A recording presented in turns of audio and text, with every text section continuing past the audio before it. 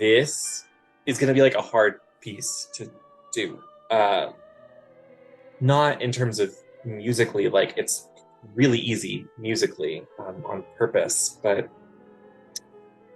obviously it is very intense. When I talk about this or any number of difficulties I've faced, like the last 5 years have been really difficult for me. I've had a lot of people say, like, oh, we don't have to talk about this unless you want to talk about it.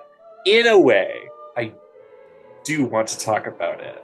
And like what I mean by that is like I had a friend tell me, actually close to exactly about a year ago, she was telling me about some like really like some trauma that she went through.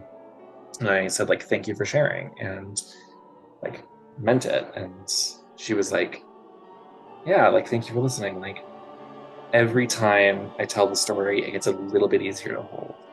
Um, I think that's a little bit what it feels like for me. It definitely changes the energy in the room when we rehearse, which completely expected. I think it was a third rehearsal. Um, we got to that line, the I will never be able to bear your children, dot dot dot. Like it was just like really charged in that moment in a way that I've never like felt in a rehearsal before, which I thought was so fascinating. Um, to me, it almost felt like everybody else in the room, like I had talked about the piece, given them like a week or two to like read the text, the program notes, and everything. But it was something completely different to have us all sit down at the same time, sing those words. And that was like scary and gratifying and like exciting and a little unexpected too. I wanted to write into the music itself time for the performers to actually like take care of themselves during the duration of the piece, not before or after the concert, but during the duration of the piece itself. And so what I came up with was to do an aleatoric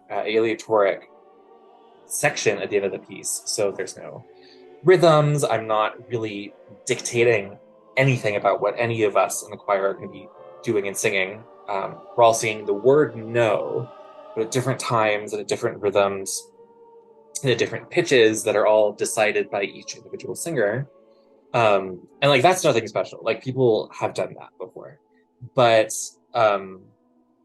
what I decided to do was to have the sort of rhythmic pulse of like when people sing the word no, and in particular when people sing like the N consonant and the O vowel, because I sort of like draw it out. I wanted that to be based on our heartbeats, like during rehearsal or during the performance. And so the idea is by letting our pulse, like letting our body dictate when we sing and what we sing.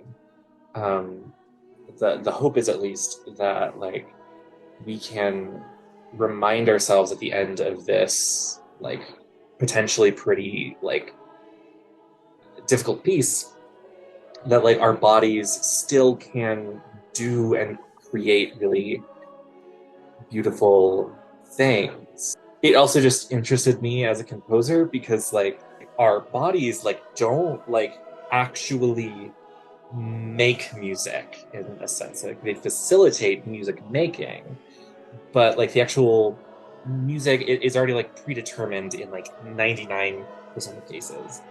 But if we were letting our heartbeats determine our rhythm, then that changes that paradigm, which is really interesting. It's very like open at the end, honest, and in a way that's like a good cry, you know?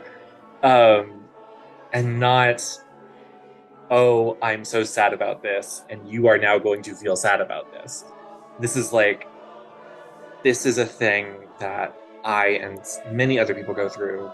And like, even if somebody in the audience hasn't struggled with infertility, even if one of my choir members hasn't struggled with infertility, which many of them haven't, there's a sort of like, hey, gonna like we're in this together, like we're going to go into this piece. It is concert about struggle, and like we will work through it, and that effort will be tough but also be good for us.